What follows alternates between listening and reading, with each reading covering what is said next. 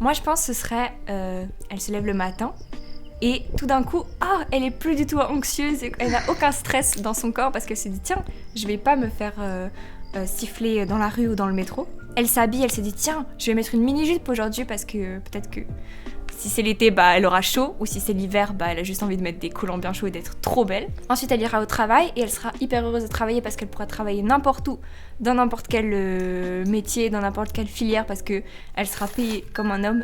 Et ensuite, elle ira en soirée avec ses copines pour décompresser un peu, parce que quand même le travail c'est fatigant. Elle rentrera à 3h du mat, toujours à pied, où elle ira prendre le premier métro, le premier bus. Et elle aura pas peur non plus, parce que dans la rue, elle se sentira bien parce qu'il y aura personne pour l'agresser. Et ensuite, elle fera un gros dodo parce qu'elle mérite bien.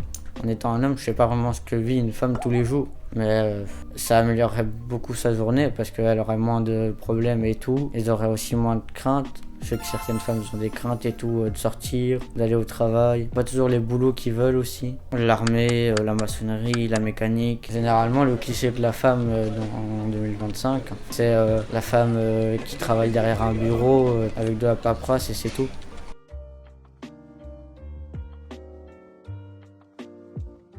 Déjà d'arrêter d'être facho. Des hommes qui ont l'âge de mes parents, qui viennent me draguer en soirée, qui font des reproches sur mon décolleté, sur ma jupe, qui disent oui t'es habillée comme une pute. Il y a même Madame Pipi d'une soirée de village qui a dit ouais tu vas te faire violer.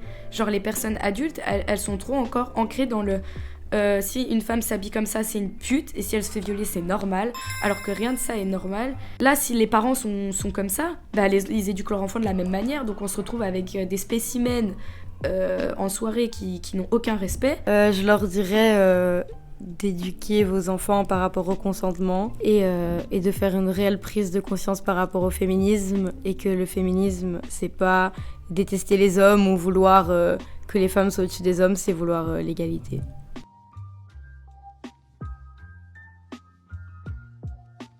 Déjà, on critiquerait moins les garçons, parce qu'il y a beaucoup de personnes qui font des généralités en mode les garçons c'est tous les mêmes, ils font tous les mêmes erreurs.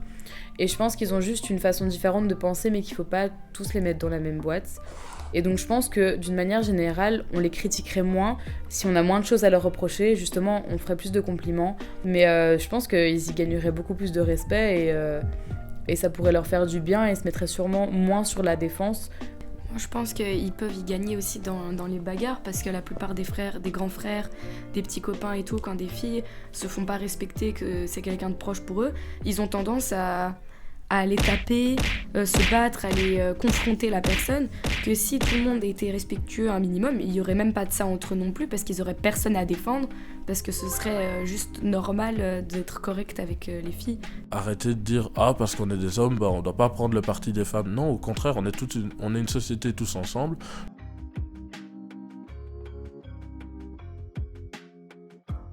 J'instaurerais comme loi des sortes d'ateliers de sensibilisation, donc de l'enfance même jusqu'au haut, mais même dans le monde du travail, à l'école. Je montrerai des vidéos de ce que c'est que d'être une femme au quotidien et avec plein de simulations comme ça pour bien montrer aux gens que être une femme c'est la galère, et je montrerai vraiment la dure réalité des choses, quoi. Si je devais mettre une loi, je voudrais qu'il y ait obligation que dans un gouvernement il y ait moitié de femmes, 50% obligé. Je pense vraiment que plus il y a de femmes dans un gouvernement et plus un pays est heureux, moins il y a risque de guerre.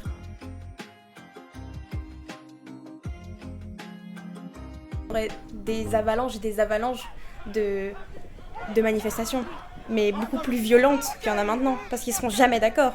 Il y aura plein de vidéos, mais encore plus violentes, on sera témoin de ce genre de trucs. Ils vont littéralement péter un câble. J'imagine même pas le chaos dans les rues, honnêtement. Oh, mais les masculins ont toujours des choses à dire. Je crois que au départ, le jour où on aura cette égalité parfaite, les hommes seront peut-être inquiets, auront peur parce que c'est un changement et parce qu'ils pourraient se dire ouais mais si jamais les femmes commencent à nous traiter comme on traite nous les femmes, ça...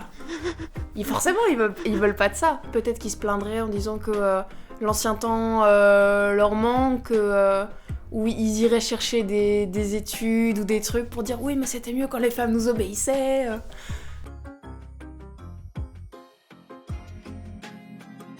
Ce qui fait peur aux hommes dans l'homosexualité, c'est de se dire cet homme pourrait me traiter comme moi je traite les femmes.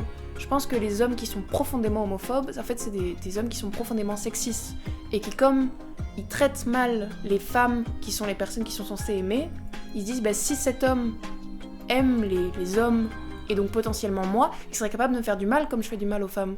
La lutte contre le sexisme et celle contre l'homophobie, tout ça sont vraiment très très en lien et que c'est en combattant l'une on combat d'office l'autre. Ça donnera aussi peut-être un espoir et peut-être, mais le moyen qu'on a trouvé pour avoir l'égalité homme-femme, on pourrait l'appliquer pour avoir l'égalité pour les hommes minorités.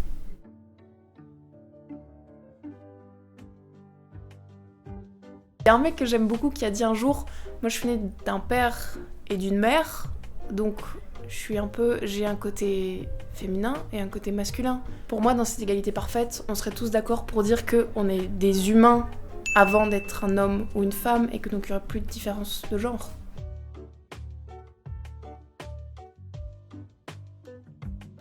Je pense que les femmes auraient autant envie que les hommes, que déjà on pourrait montrer notre vraie libido, parce que comme on connaîtrait notre corps, on verrait que le sexe c'est trop cool, et on aurait beaucoup moins de femmes qui feraient du sexe parce qu'il faut en faire sans vraiment en avoir envie. Je crois que non, la sexualité serait trop cool, ça serait beaucoup mieux, beaucoup plus libre et que ça serait plus honteux.